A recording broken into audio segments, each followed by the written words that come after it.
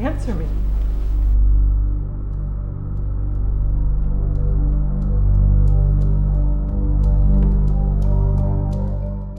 I'm Tony Merzetti. I'm the director of photography on Lionsdale.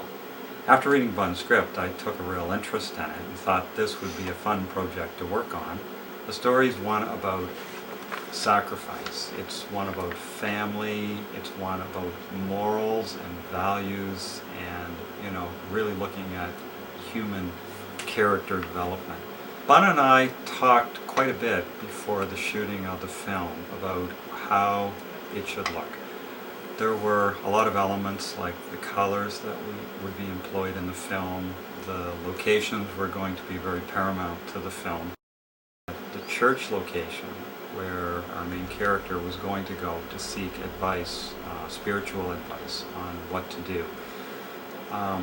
It was necessary to make this as a sanctuary. This was a place that Marla was going to try to seek refuge, to seek important advice in her life. So we wanted to make it look very warm. So in seeking out a church, we wanted to find a church that didn't have white walls, that didn't have plain stained glass windows. We wanted to have rich colors in the stained glass. We wanted to have rich wood. So the church that we found was an Anglican church in Marysville, and it had just an amazing feel to it. It was a small country church. It was white on the outside, and that was fine. Originally we were thinking maybe a stone exterior might look good for it. But the inside of it had a lot of texture. It had a really, really nice look to it. And Marla's character, she's sort of a little down on her luck. She doesn't have the most money. The job she has doesn't provide the income that can provide the lifestyle that she would like for her son. So we found a house. It was one of our members, George Fry, who had a really nice country house out in Lincoln. So we visited the house, we looked around, we said we can make this look like the type of house that would work for Marla. The house was really nice. It's about a 100-year-old house. It looks, quite beautiful. So we had to shoot it in such a way that we could disguise how nice it looked and make it look like the kind of house that someone, that was a little poorer would live in. So I think we managed to accomplish that, and we were very thankful to George for providing that to us. The third location that we had to find was the diner. And we talked about the diner. We wanted to have a place that would be big enough that we could move around as a crew to set up our equipment. We couldn't move into a really small place because the film had a large crew. There was about 24 people on set for each of our days shooting. So that's a lot of crew people. You have all your props, all your equipment and stuff like that. So we were really happy to find the Sunshine Diner. So when we went into the diner, the color scheme that we looked at there, we wanted it to look a little colder. It was a daytime scene that we were shooting in, but we wanted to have the greens from the fluorescent lighting. We wanted to have the blue coming in the windows. For the night scenes, we wanted to capture a colder look because this was a place where something bad was going to happen. So when we were shooting at the church, we knew that we were going to have a moving sun over the course of the day. So we took advantage of that by shooting all the scenes at the front of the church where the sun was shining through the stained glass window first. And then we moved down into the seats for the rest of the shots.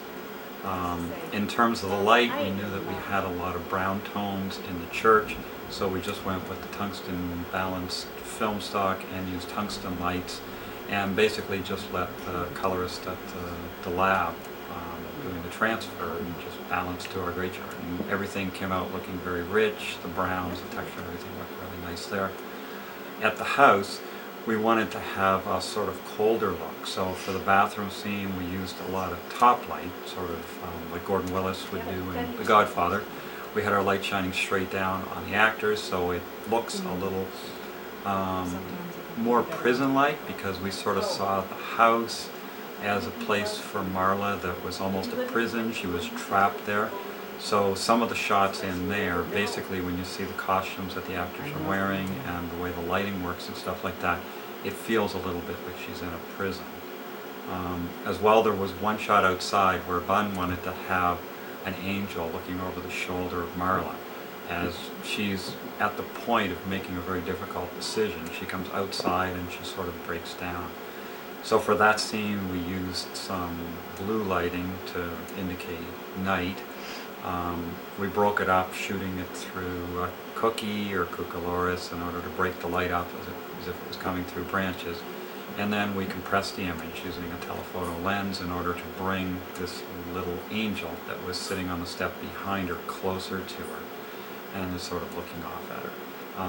And finally at the diner, we knew that the scenes all had to be shot in, it was supposed to be daytime in the script, but we couldn't get access to the diner until about 5 o'clock at night, and we had about 3 hours of usable daylight through the windows. So once again our strategy was to shoot all scenes looking toward the window first, and then try to match the lighting the rest of the evening, which we shot overnight, to the balance during the daytime.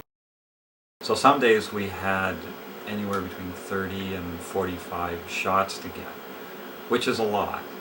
And working with a crew the size that we had, you know, it's a challenge in order to make the day. So I think that was the biggest thing, is we knew from the get-go that we needed to get all the shots that we had on our shot list in order to tell the film that needed to be told. There was a real push every moment to be constantly on top of the next shot that was coming up and be thinking 2 or 3 shots ahead to make sure that you had all your elements in place so you were never wasting time. We pretty much shot off our list. We didn't have to make up too many shots, we didn't have to cut too many shots, because we figured out exactly what was necessary for the film.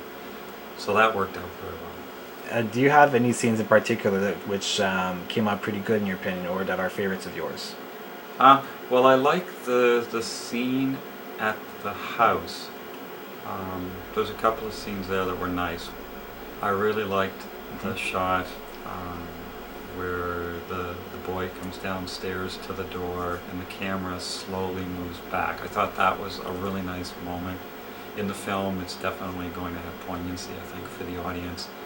I think the scene with Marla on the steps and the angel behind her, once again, I think that's going to be a moment for the audience.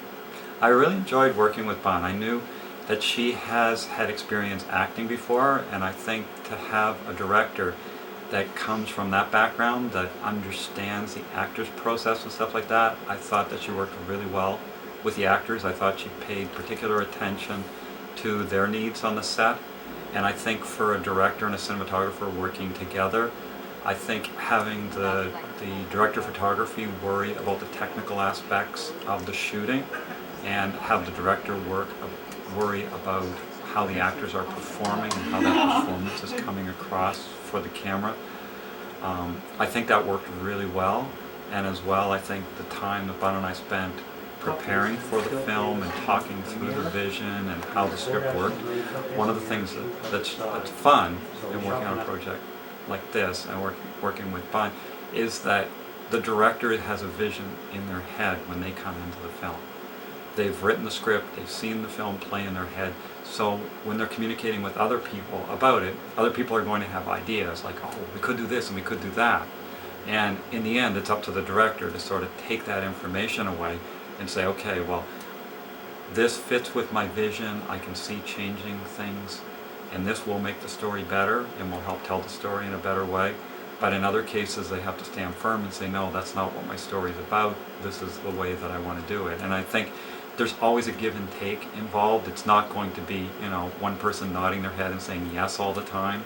And, you know, that's not the type of relationship that I would want to have with a director on a film. And working with Bon on this film, it was really good because there was the give and take, there was the, you know, listening to each other about how to tell this part of the story, how this scene could work, and stuff like that. And I think in the end, it's going to pay off for the audience. And finally, what do you hope people get out of seeing the movie when it finally gets released? Well, I think a story like this is a story that is definitely making a comment about the human condition. And I think the humanity of the story, the character of Marla and her son, that relationship is universal. So I think when audiences see the film, it's going to really hit them, you know, in their heart. Like, it's going to be something that's going to have an impact on them because the story itself, you know, these types of things may not happen to everyone, but people can understand that. People understand like a mother protecting their son. In this story, it's going to be interesting because the choice that the mother has to make is like a very, very difficult one, like the sacrifice and stuff. And I think it's going to resonate with audiences, and you know, I'm really excited and looking forward to the film as it's edited over the coming months. I am too. Thanks a lot, Tony. Okay, Awesome. you're welcome.